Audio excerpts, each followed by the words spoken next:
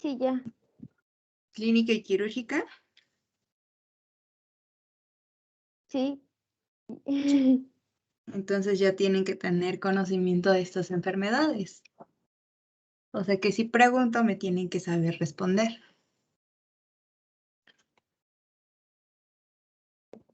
Sí. Bueno, ¿qué vamos a ver? Vamos a ver la anatomía, tanto funcional como quirúrgica, la definición, clasificación, cuadro clínico, diagnóstico y el tratamiento, ya sea conservador o quirúrgico, dependiendo del caso. Entonces, empezamos con anatomía. Ok, entonces, tenemos que las vías biliares se dividen en intrahepáticas y extrahepáticas. En las intrahepáticas nos enfocamos en el conducto hepático derecho y en el conducto hepático izquierdo. Estas son, las vías intrahepáticas son ramas paralelas a la vena porta hepática y a la arteria hepática, también a la raíz intralobulillar. Entonces, las vías biliares, ¿dónde está? Las vías biliares intrahepáticas se van a dividir en el conducto hepático derecho y en el conducto hepático izquierdo. Entonces, el conducto hepático derecho se va a dividir en conductos segmentarios y estos a su vez en conductos sectoriales. Los conductos sectoriales pues se van a dividir para drenar segmentos del hígado. Entonces, la rama anterior va a drenar el segmento 5 y 8 del hígado y la rama posterior va a drenar el segmento 6 y 8. Entonces, la unión de los conductos segmentarios y los conductos sectoriales van a dar al conducto hepático derecho. ¿Ok? Luego, el conducto hepático izquierdo va a estar igual formado por conductos biliares sectoriales y estos van a dividirse en una rama medial y una rama lateral. La rama medial va a drenar el segmento 4 y la rama lateral va a drenar el segmento 2 y 3. ¿Ok? Ahora, las vías biliares extrahepáticas la vamos a dividir en principal, que va a estar formada por el conducto hepático común y el conducto colédoco. La vía accesoria es la vesícula biliar y el conducto cístico. ¿Ok? Ok, sí. Entonces, la vía biliar principal, antes de esto, aquí, en las extrahepáticas tenemos al conducto hepático derecho. Entonces, el conducto hepático derecho se va a unir con el conducto hepático izquierdo y esto nos va a dar al conducto hepático común. Entonces, a se va a unir la vía biliar accesoria y igual, el conducto hepático común es el segmento inicial de la vía biliar principal. A la vía biliar accesoria se le va a unir el conducto cístico. Aquí. Y lo de la vesícula. Ahora sí, vamos a ver la vía biliar principal. Entonces, esta vía biliar se encuentra en el hilio del hígado. ¿En dónde se encuentra el hilio del hígado?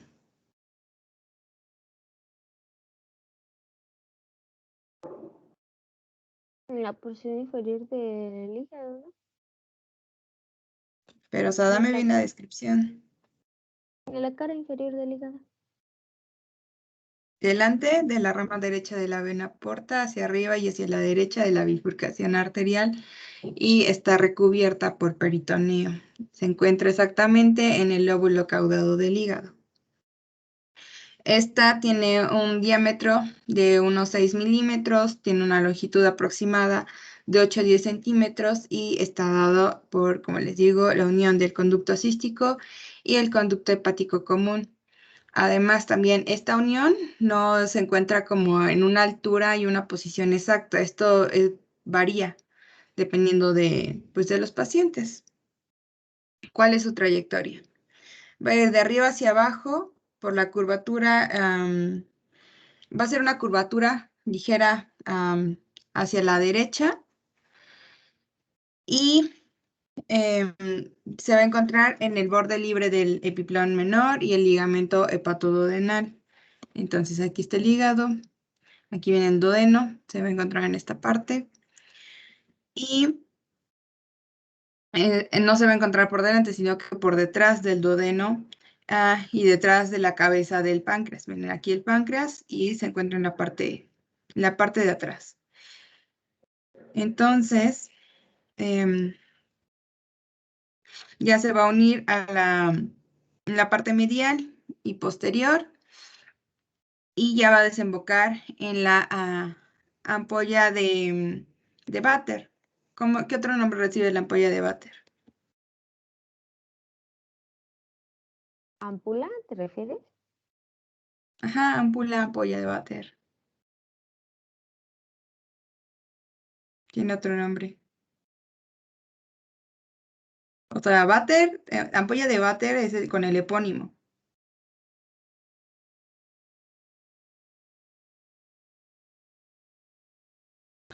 Nada más piénsenle, si viene del hígado, pasa por el páncreas y desemboca en duodeno, es la Ajá, ámpula hepato. hepatopancreática. Esta ámpula se va a abrir en la papila mayor del duodeno y se va a encontrar rodeada por el músculo del esfínter de la ámpula o de Oddi. ¿Ok? Entonces, hay que tener en cuenta las relaciones y esto es algo que se les pregunta sí o sí en el examen y en todo. ¿Cuáles son el triángulo de Boudet y cuál es el triángulo hepatocístico quirúrgico de Calot? Entonces, para el de Boudet, pues es solo más grande que el de Calot. El de Boudet va a estar limitado por el conducto cístico, por el conducto hepático común y el borde inferior del hígado. Entonces es el grande.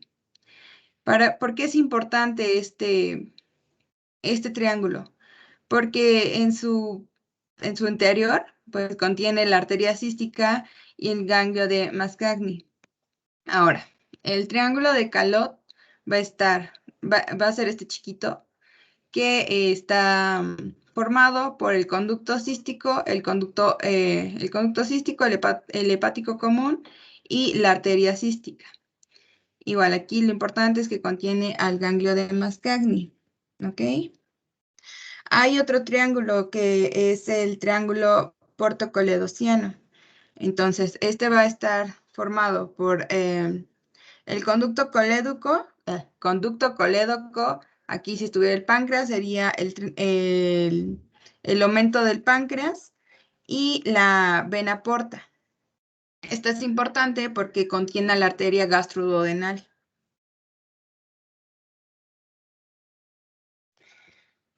Entonces, se divide en porciones la vía biliar común. La que les acabo de mencionar es la porción radicular o la porción que se encuentra en la raíz hepática. Entonces, pues esa está muy fácil porque es la que literal se encuentra aquí en la raíz hepática que tiene relación con el duodeno y el páncreas.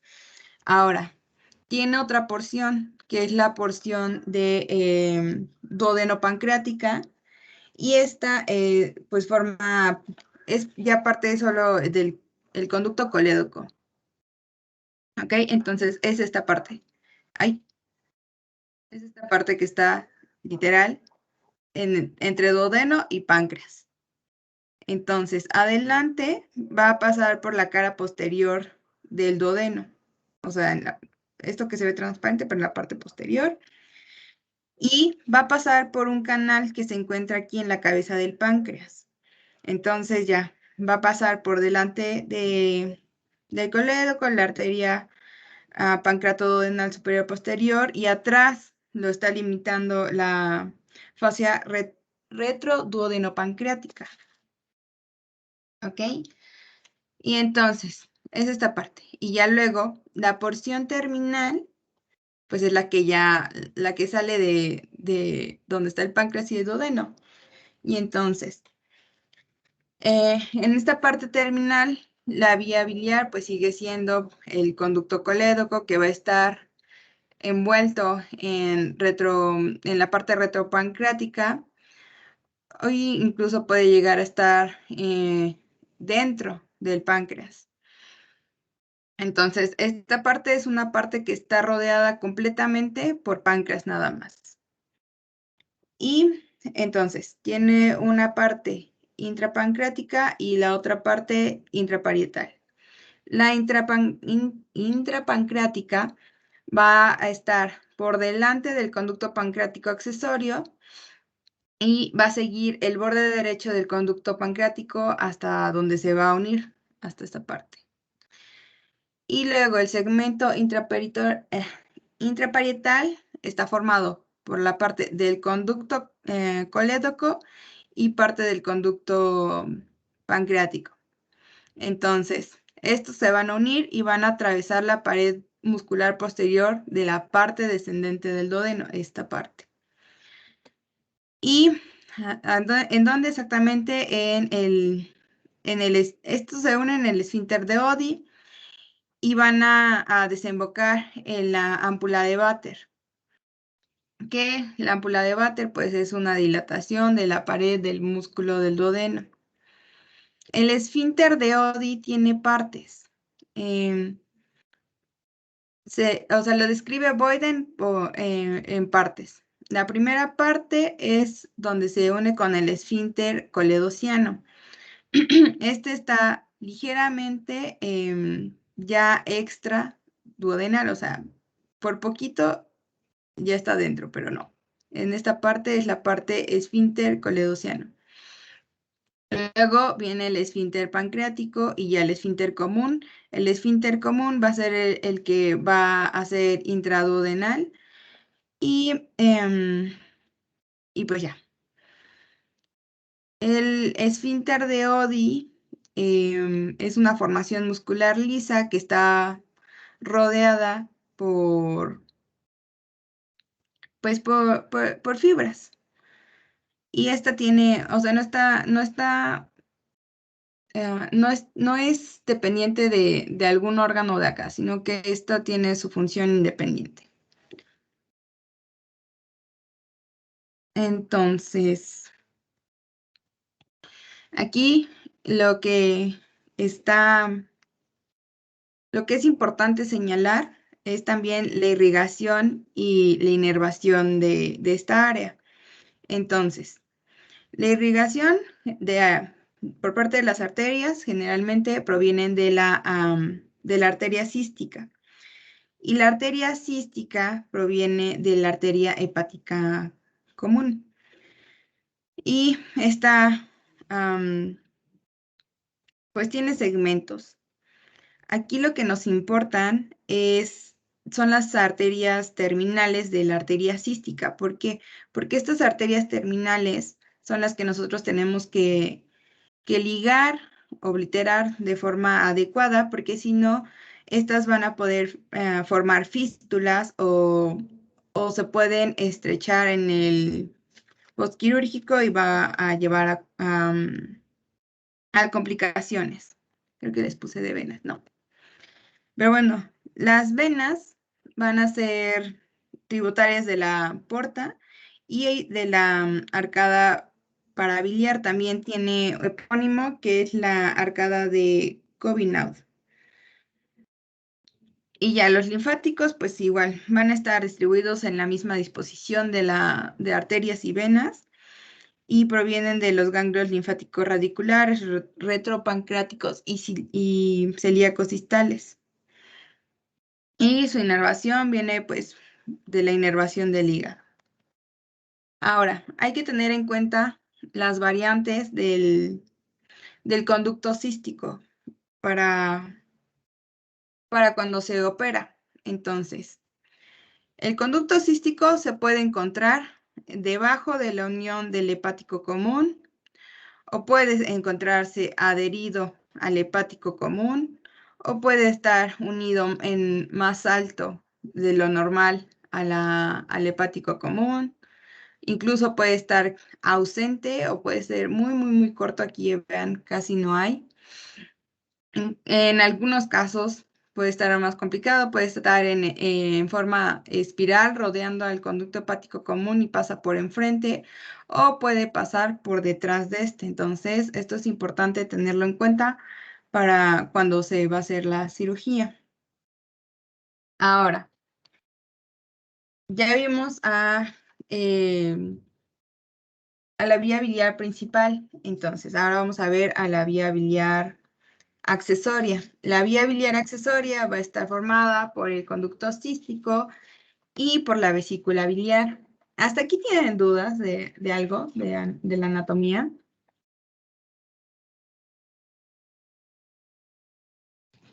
No, Viri. Ok. Entonces, el conducto cístico tiene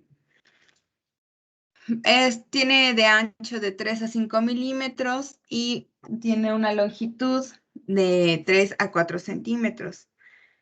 Pero como les digo, este puede variar, ¿ok? Y hay que tener en cuenta esas variaciones. En general, esto es lo más relevante del conducto cístico y pues a ver nada más su ubicación. Bueno, más bien su dirección. Este se dirige hacia abajo y hacia la izquierda y ligeramente hacia atrás para poder unirse con el conducto hepático común, donde se va a adosar a su cara anterior y pues ya, solo es eso. También, pues este conducto solo cuenta con mucosa y cuenta con dos válvulas, una que se encuentra en este pliegue espiral y es conocido como la válvula de Hister. Y ahora vamos a hablar de la vesícula biliar. Esta, pues, ya sabemos que tiene una función como de reservorio. Se encuentra en la cara visceral del hígado, en la fosa de la vesícula biliar. Tiene una longitud aproximada de entre 8 a 10 centímetros, un ancho de 3 a 4 centímetros y una capacidad de 50 mililitros. Está dividida en partes. En la parte del fondo, que va a sobrepasar el borde inferior del hígado, aquí, bueno, ahí no se alcanza a ver, el cuerpo y el cuello. El cuello tiene dilataciones y surcos.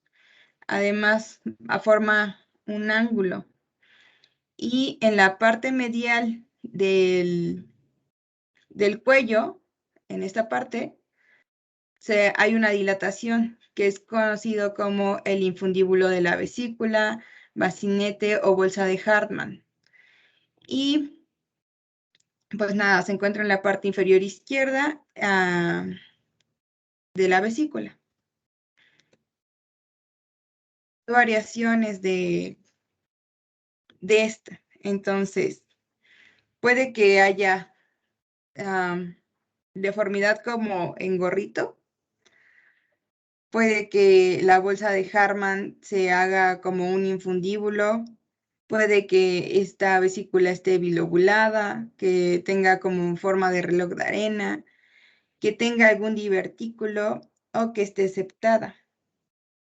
También hay algunas que pueden encontrarse unidas al hígado o que tengan dos conductos císticos. Ahora, ¿cuál es la constitución anatómica de la vesícula?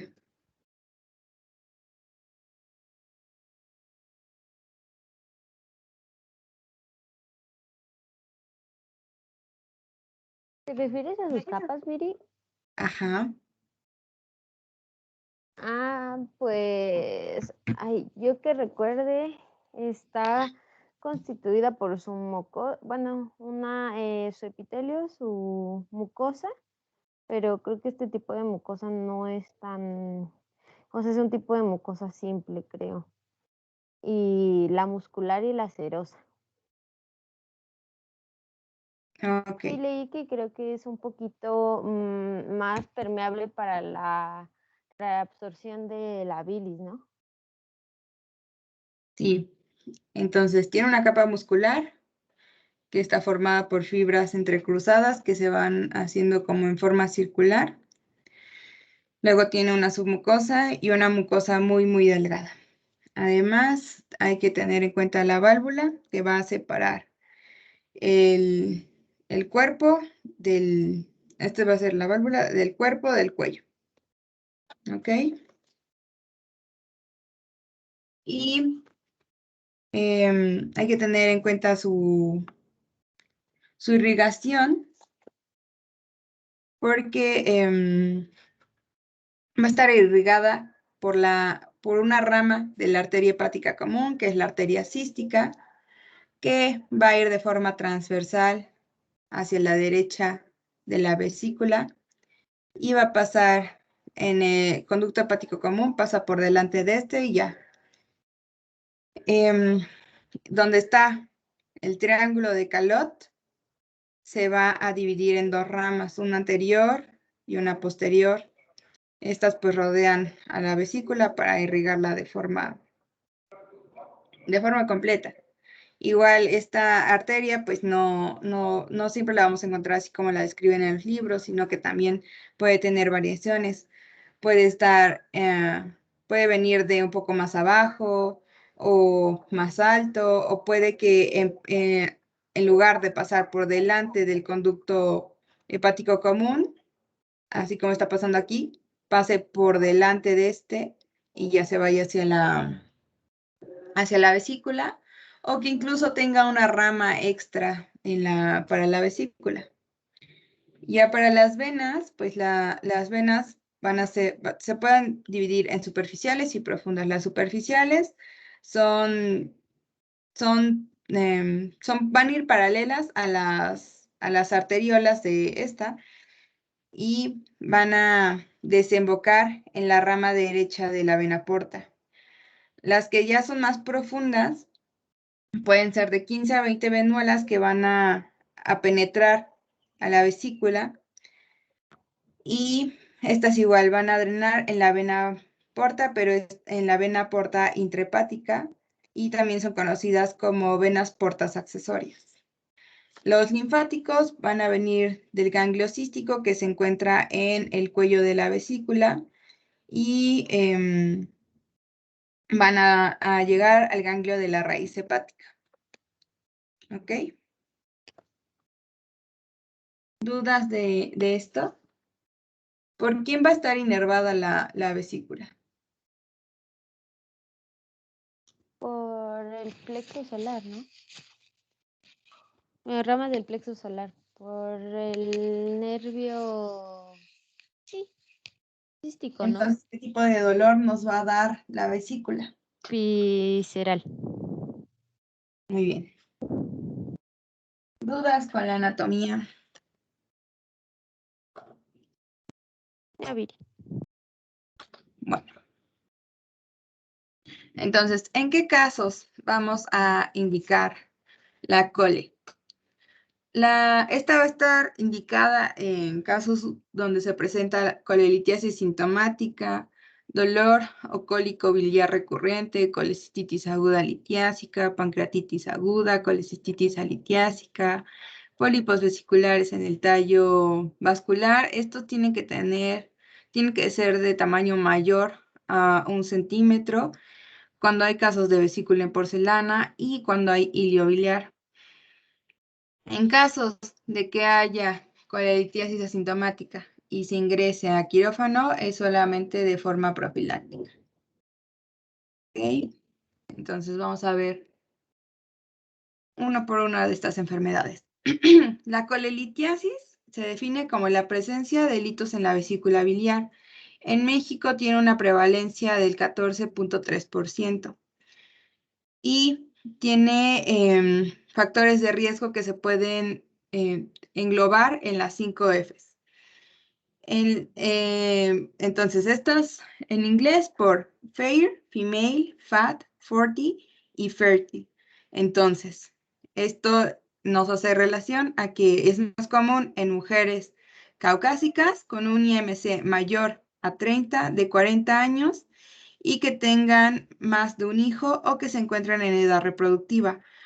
Porque se han encontrado referencias que la formación de litos está relacionada con la progesterona y los estrógenos. Otros casos en los que también se puede estar relacionado es en embarazo, en el uso de anticonceptivos y en dislipidemias. Entonces, tenemos diferentes tipos de litos. Hay unos que son de cálculos de pigmento negro. Estos de pigmento negro están formados por 40% de polímeros de pigmento, de 15 a 60% de sales de ácido, pueden ser fosfatos o carbonatos, 2% de colesterol y 30% de otros tipos de sales. Los cálculos de pigmento café están formados en su mayoría por bilirrubina de calcio.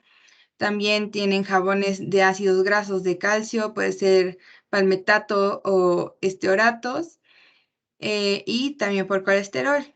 Y los que son puros de colesterol. Entonces, 50% son de colesterol monohidratado y 50% son de glicoproteínas y sales de calcio. Igual, aquí la fisiopatología de la colelitiasis se puede englobar en 3 puntos: en la estasis biliar, la cristalización acelerada de las sales y la saturación biliar. Esto es, en pocas palabras, la fisiopatología de la colelitiasis. Pero bueno, en el cuadro clínico general de colelitiasis, tenemos síntomas biliares, síntomas inespecíficos y asintomáticos. Los síntomas biliares, pues el principal es el cólico biliar o dolor biliar y pues, la ictericia porque va a haber obstrucción. En los síntomas inespecíficos, pues va a haber dolor abdominal y síntomas dispépticos. Y la sintomática, pues solo la vamos a diagnosticar por los hallazgos por ultrasonido. Aquí, a ver, esperen. Esta no es la presentación que les quería enseñar, pero bueno. La colelitiasis la podemos clasificar en colecistitis aguda o que puede estar asociada a los cuidados de salud. La colecistitis aguda es por la inflamación aguda de la vesícula biliar, generalmente ocasionada por los litos. También puede estar originada por otros factores que no son los litos. Puede haber isquemia, trastornos de motilidad, algún daño químico que sea directo a la vesícula o alguna infección. Y la que está asociada a los cuidados de salud, esta es por la inflamación aguda de la vesícula biliar que se desarrolla en pacientes que fueron hospitalizados previamente y presentan los síntomas en menos de 12 meses de haber sido hospitalizados o haber sido dados de alta. Generalmente se presenta más en pacientes inmunocomprometidos o con diálisis. Y también se pueden clasificar por su histología. Entonces, puede estar dividida en edematosa, necrotizante, supurativa, crónica y crónica agudizada. En la edematosa se da en los primeros 2 a 4 días. Y entonces esta vesícula tiene líquido intersticial, está dilatada y ya pues está edematizada.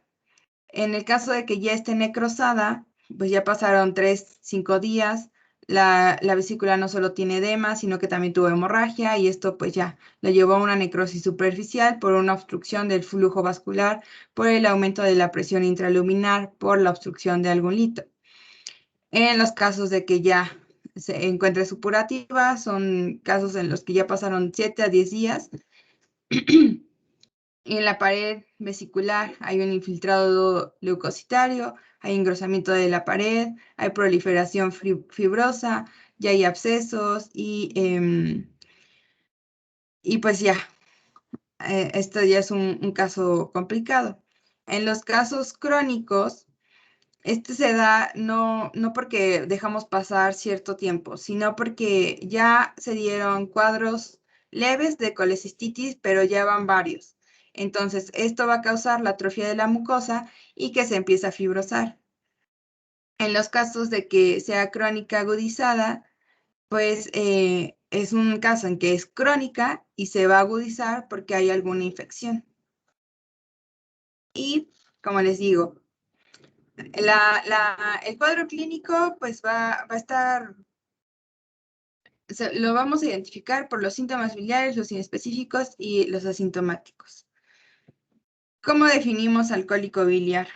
¿Cómo se define el cólico biliar?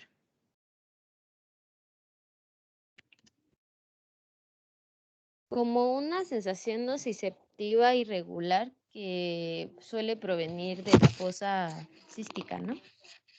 O del hipocondrio derecho. Para empezar, Astrid, ¿hay una diferencia entre el cólico biliar y el dolor biliar?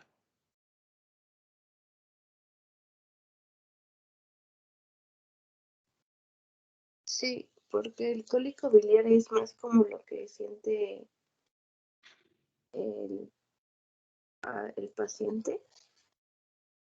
Pues las dos las siente el paciente. Pero ¿cuál es la diferencia de un cólico y un dolor biliar? ¿Podría ser el tiempo?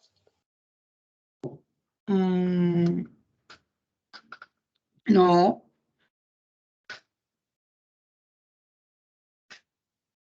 En el dolor biliar no hay litos. En el cólico biliar sí hay litos.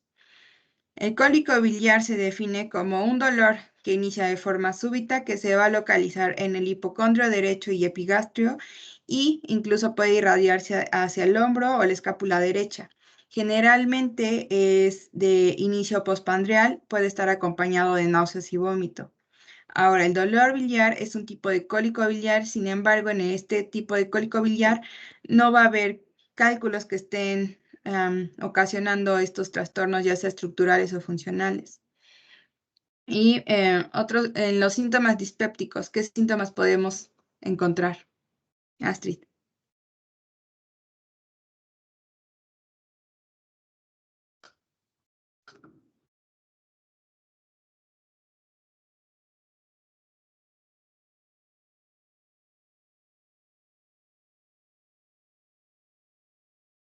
Claro, ¿qué síntomas podemos encontrar? Los más comunes de dispepsia. Pues principalmente dolor al, ¿cómo se llama? Al consumo de alimentos, náuseas, sentir inflamación, ¿no? Inflamación abdominal, gases, sí, ¿no? Ajá, flatulencias, plenitud postpandreal. Estos son los principales. Y hay que tener cuidado con el tamaño de los litos, porque si son mayores a 5 milímetros, pueden llegar a crear una pancreatitis biliar. Y si son menores a 3 milímetros, pues están asociados más a una colecistitis aguda o incluso pueden llegar a causar adenocarcinoma. ¿Esto cómo lo vamos a detectar? Pues a través de ultrasonido. Entonces, el diagnóstico, pues el gold standard es el ultrasonido, porque tiene una sensibilidad del 83%, especificidad del 95% y nos permite observar a los cálculos de la vesícula biliar. En los casos de colecistitis aguda, igual podemos evaluar el engrosamiento de la pared y cómo lo vamos a detectar.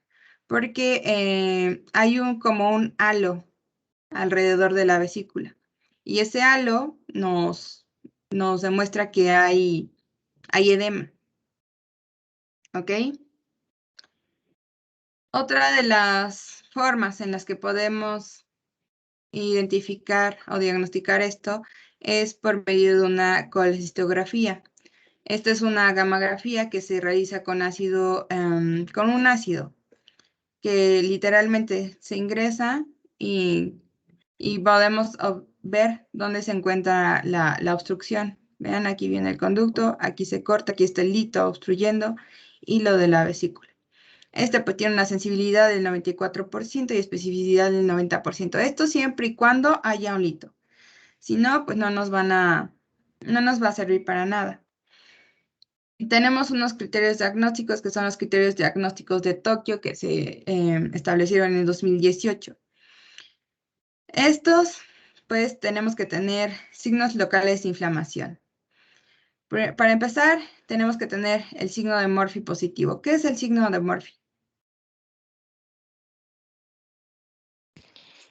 Es un signo clínico que nos puede ayudar a saber si existe algún tipo de irritación o inflamación en esa zona y consiste en pedirle al paciente, bueno, con las dos manos, colocar la mano, bueno, dependiendo de si el médico es diestro o zurdo, pero por lo general la mano izquierda va debajo de el hipocondrio derecho, bueno, la parte posterior, y se le va a pedir al paciente que insufle, bueno, que inspire.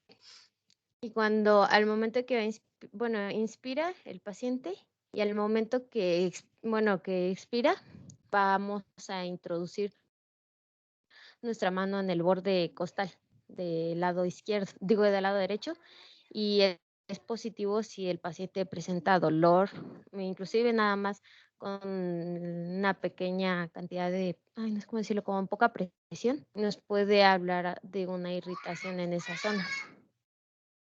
Ok, muy bien. Este signo, el signo de Murphy, se presenta en el 27% de las colecistitis. Y en pocas palabras, es un arresto respiratorio por la palpación de la vesícula. Además de que se presente el signo de Murphy, que es un signo de inflamación local, también tiene que presentar sensibilidad, llegamos a veces a sentir alguna masa y pues obviamente el paciente va a tener dolor. Aunado a esto, también vamos a tener en cuenta los signos de inflamación sistémica, no solo los signos de inflamación local. En los de inflamación sistémica, pues ¿cuáles son? La fiebre de laboratorio, pues va a tener una PCR aumentada y va a haber un conteo de células blanco aumentada. Esto también tenemos que complementarlo con los hallazgos de imagenología. ¿Cómo vamos a diferenciar de una sospecha diagnóstica a un diagnóstico definitivo? En sospecha diagnóstica vamos a tener un punto de signos de inflamación local más un punto de signos de inflamación sistémica. Esto no solo nos va a dar una sospecha diagnóstica, pero para hacer el diagnóstico definitivo con base a el criterio diagnóstico de Tokio, vamos a tener signos de inflamación local, signos de inflamación sistémica, más los hallazgos de imagenología, que ya saben cuáles son los hallazgos de imagenología. Literalmente, ver ahí el cálculo y el edema que rodea la vesícula, que se puede ver como un halo. Igual, nos sirve el ultrasonido porque nos permite localizar bien en qué parte de la vesícula está el lito y además medir la longitud de estos litos. Ahora, en los casos de colecistitis aguda, lo podemos dividir por grados. En el grado 1 es un paciente que se encuentra sano, está estable y tiene inflamación, sí, pero es leve. En el grado 2, el paciente ya tiene síntomas de inflamación sistémica con leucocitos mayor a 18,000, se puede llegar a sentir la masa y generalmente son pacientes que ya tienen una evolución de 72 horas. En el grado 3 son pacientes que ya tienen síntomas de inflamación local, inflamación sistémica, incluso pueden llegar a caer en shock. Son pacientes que tienen hipotensión, tienen neuralgia, oliguria, sepsis. Y aquí el riesgo es que puedan avanzar a una peritonitis biliar, que lleguen a causar algún absceso perivascular o hepático, que se gangrene o enfiseme esta vesícula y pues se complique todo más. Entonces, las complicaciones de esto es que se forme un empiema, que haya gangrena, que se forme colangitis, que cree pancreatitis, síndrome de Mirici, el hilio biliar y la vesícula en porcelana. Entonces, vamos a ver. La colangitis se define como la infección, inflamación de la vía biliar por obstrucción. Esta puede estar causada por litos, tumores, parásitos, por reflujo duodenobiliar. Y clínicamente lo vamos a identificar con la triada de Charcot. La triada de Charcot, ¿cuál es? Ictericia, que pues es la pigmentación amarilla de la cara, de mucosas. También va a tener el dolor abdominal, que se va a encontrar específicamente en el cuadrante superior derecho, y fiebre o escalofríos. Esto, si se complica, nos va a llevar a la pentada de Reynolds. ¿Cuál es la pentada de Reynolds? Todos los síntomas que ya les dije ahorita en la triada de Charcot, pero ya va a estar acompañada de confusión o depresión del sistema nervioso central y shock séptico. Esto ya es una urgencia. Igual, por laboratorio, pues se va a ver leucocitosis, vandemia y los tiempos de protrombina se van a encontrar prolongados. Entonces, déjenme ver. No. Bueno, la patogenia de la colangitis es porque hay una bacteria que atravesó el esfínter de Oddi. Generalmente van a ser bacterias gram negativas, que son las que más abundan en la cavidad abdominal. ¿Cuáles son las más frecuentes? E. coli, Klebsiella, Enterobacter. Y pueden ingresar por dos formas. Por vía hematógena a través de la vena porta, o si hay si se hizo cirugía y hubo una manipulación inadecuada y obviamente una técnica aséptica inadecuada. El tratamiento aquí va a estar enfocado en el manejo del shock. Entonces hay que tratar la hipotensión, el shock y la sepsis biliar. ¿A través de qué? Pues a través de antibiótico y el drenaje de emergencia en el colédoco. Si el paciente no tiene hipotensión, entonces nada más hay que darle el antibiótico y se va a drenar a través de la CEPRE. ¿Qué es la CEPRE?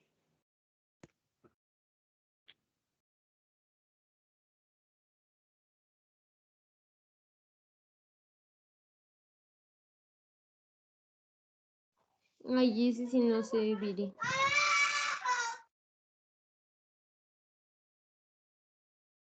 ¿Cómo no van a saber?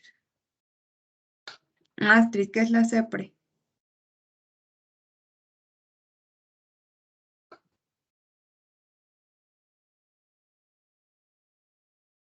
No, eso sí no lo sé. La CEPRE es la colangiopancreatografía retrógrada. Entonces, esta no solo nos sirve para el tratamiento, sino que también nos sirve de diagnóstico. Entonces, si no tiene datos de sepsis, lo podemos tratar a través de la CEPRE. Se les queda de tarea investigar qué es la CEPRE, cómo funciona y para qué lo utilizamos, porque no solo se utiliza para coledocolitiasis y obviamente colangitis. Otra de las complicaciones es el síndrome de Mirici. Esta complicación es muy poco frecuente, se presenta en el 1% de los casos. Se da porque los cálculos impactan en la bolsa de Hartmann o en el conducto cístico. Esto nos va a llevar a que creen una obstrucción de la vía biliar. Entonces, si hay una obstrucción de la vía biliar, van a comprimir al conducto hepático común. Y si esto se llega a erosionar, va a crear una fístula colecistocoledociana. Clínicamente se va a presentar por ictericia obstructiva y los síntomas biliares. Se va a clasificar de acuerdo a la presencia o la ausencia de la fístula de la vesícula o de la vía biliar principal. Entonces tenemos la tipo 1, va a ir de la tipo 1 hasta la tipo 5. En la tipo 1 es un síndrome de Mirici donde solo hay una compresión extrínseca por el cálculo que está impactado. Este a su vez se puede dividir entre 1A y 1B. En la 1A va a haber el conducto cístico está permeable. Y en el 1B el conducto cístico no va a estar permeable. Ahora, en el tipo 2 ya hay una afectación de 1/3 de la circunferencia de la vía biliar. Y en el tipo 3 va a haber una obstrucción de 2/3 de la circunferencia de esta vía. En el grado 4, pues ya afectó toda la circunferencia y una obstrucción total. Y ya, en el tipo 5 es cuando se presenta la fístula colecistoentérica y puede haber hilio biliar o sin hilio biliar. El hilio biliar es una causa muy, muy rara de obstrucción intestinal y está causada por el impacto de un lito de un tamaño pues ya muy grande que va a atravesar la fístula que se creó hacia el hilio. Y este hilio va a estar caracterizado por la tríada de Ringel. A ver, ajá. Esta es la tríada de Ringel. Esta tríada va a estar, se va a dar por la obstrucción del intestino delgado, neumobilia. La neumobilia es la presencia de gas en las vías biliares y obviamente por el cálculo biliar que ya salió de la vesícula y pues obviamente lo vamos a ver que ahí anda en una zona que no es la vesícula. Y va a presentar síntomas de respuesta inflamatoria sistémica, va a tener fiebre, taquicardia, leucocitosis y obviamente va a haber irritación peritoneal. Entonces, se me pasó aquí con el síndrome de Mirici, el tratamiento. En el tipo 1, pues va a ser una colecistectomía subtotal convencional o incluso puede ser por laparoscopía. En el tipo 2 puede ser una laparotomía o puede ser una colecistectomía subtotal, igual tiene que ser abierta. Y la subtotal es la que más se recomienda para pues poder no causar más daño y poder reparar la vía biliar. Aquí con ayuda de una sonda T. ¿Qué otro nombre recibe la sonda T? La que utilizamos como férula en el conducto biliar. De Kerr, ¿no?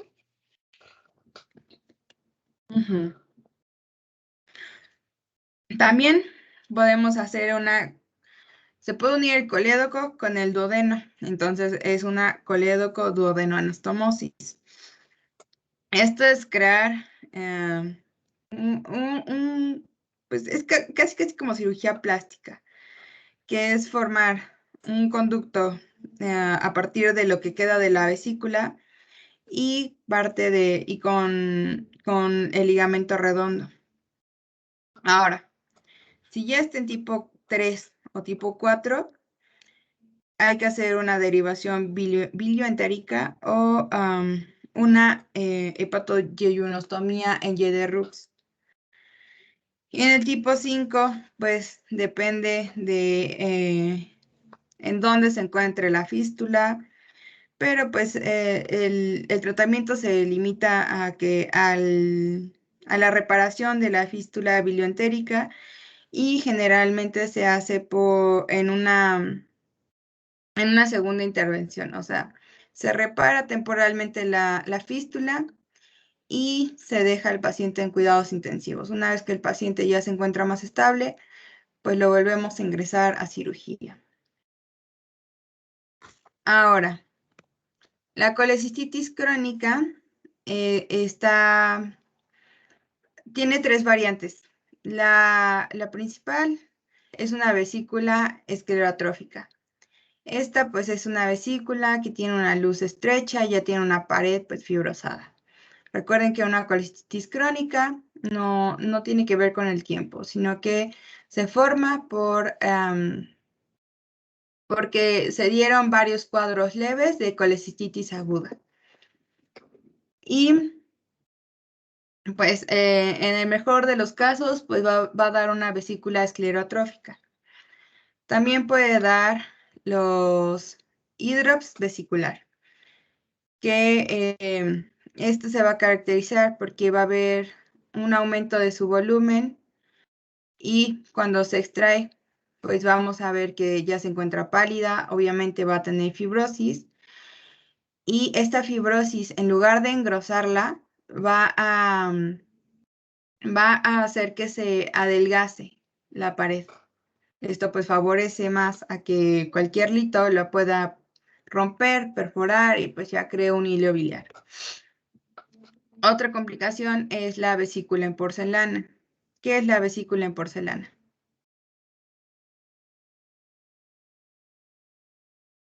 Lo ven en anatopato.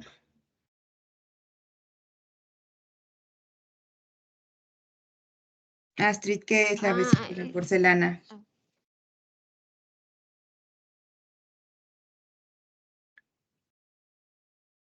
¿Y por qué es importante que la tratemos?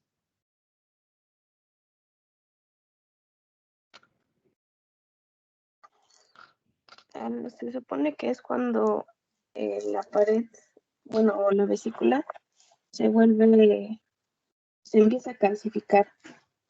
Ok. ¿Y por qué es importante que nosotros la identifiquemos y la retiremos?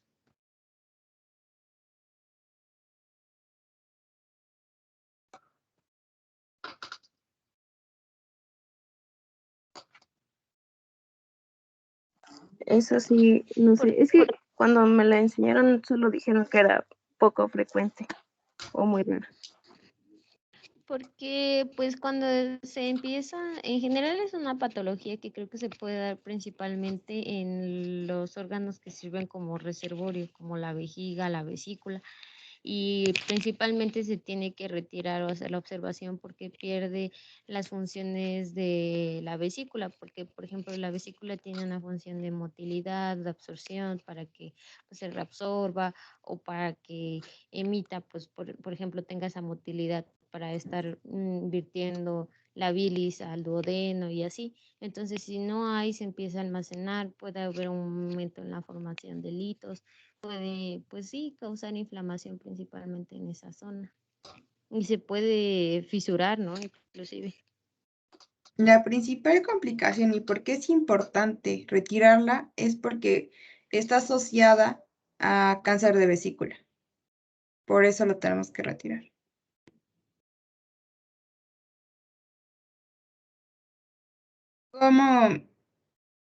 ¿Cómo podemos identificarla en una ecografía, esta vesícula en porcelana?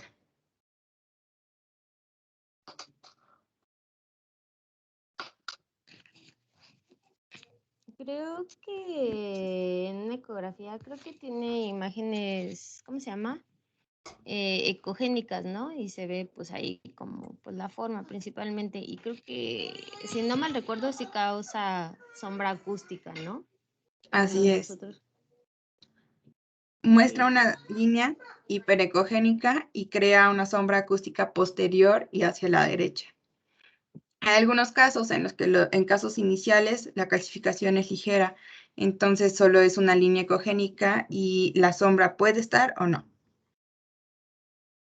Entonces, igual la podemos clasificar con ultrasonido y puede ser completa e incompleta. Completa, pues, es tipo 1, incompleta tipo 2. En el tipo 1, la calcificación es completa, todas las paredes ya están calcificadas y está la sombra acústica posterior. En el incompleto tipo 2, hay una calcificación parcial y igual aquí depende de qué tan calcificado esté, si vamos a encontrar la sombra acústica o no. Entonces, aquí se tiene que hacer una colecistectomía profiláctica. En el tipo 1, que es completa, se puede utilizar laparoscopía. Y en el tipo 2 hay que hacer una laparotomía, o sea, una cirugía abierta. ¿Por qué? Porque a pesar de que en el tipo 2 la calcificación es incompleta, esta está más asociada a la formación de cáncer. Entonces, por esto es importante hacer una laparotomía, porque esto nos permite identificar bien y retirar todo lo que pues hay que retirar de la vesícula. Ahora vamos a ver el tratamiento. Para el tratamiento del cólico biliar en pacientes que no tienen comorbilidades y tienen una colecistitis aguda en grado 1, la colecistectomía se puede realizar y puedes esperar incluso 72 horas después de que inició los síntomas. ¿Por qué solo 72 horas? ¿Qué pasa después de las 72 horas?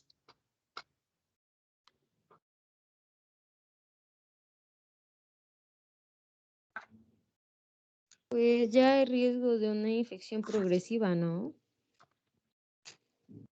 ¿Cuál es el siguiente grado? ¿Qué pasa en el grado 2?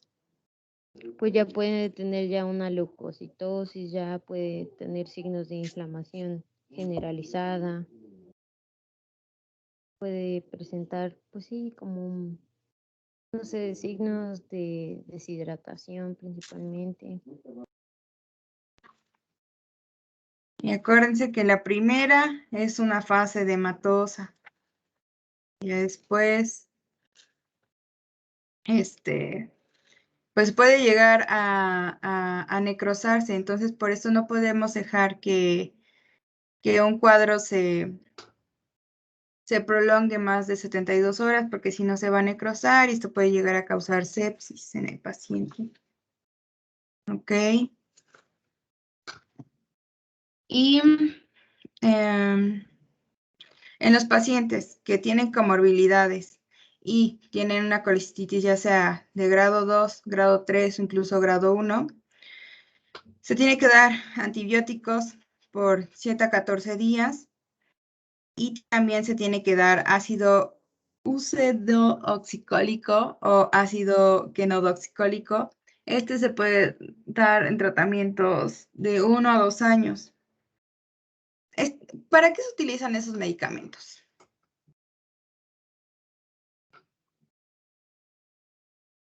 Creo que permite la absorción del colesterol, como la absorción como correcta del colesterol para seguir evitando como la síntesis de lípidos, ¿no?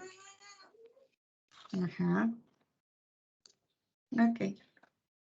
Bien. Entonces,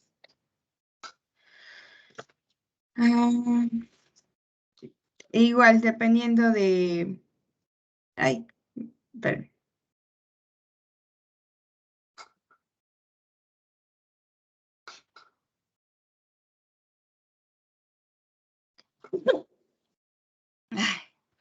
Ahora sí. En colecistitis grado 2, igual, pueden usar los antibióticos de 7 a 14 días y se programa la colecistectomía temprana y puede ser por vía laparoscópica o se puede hacer un drenaje percutáneo.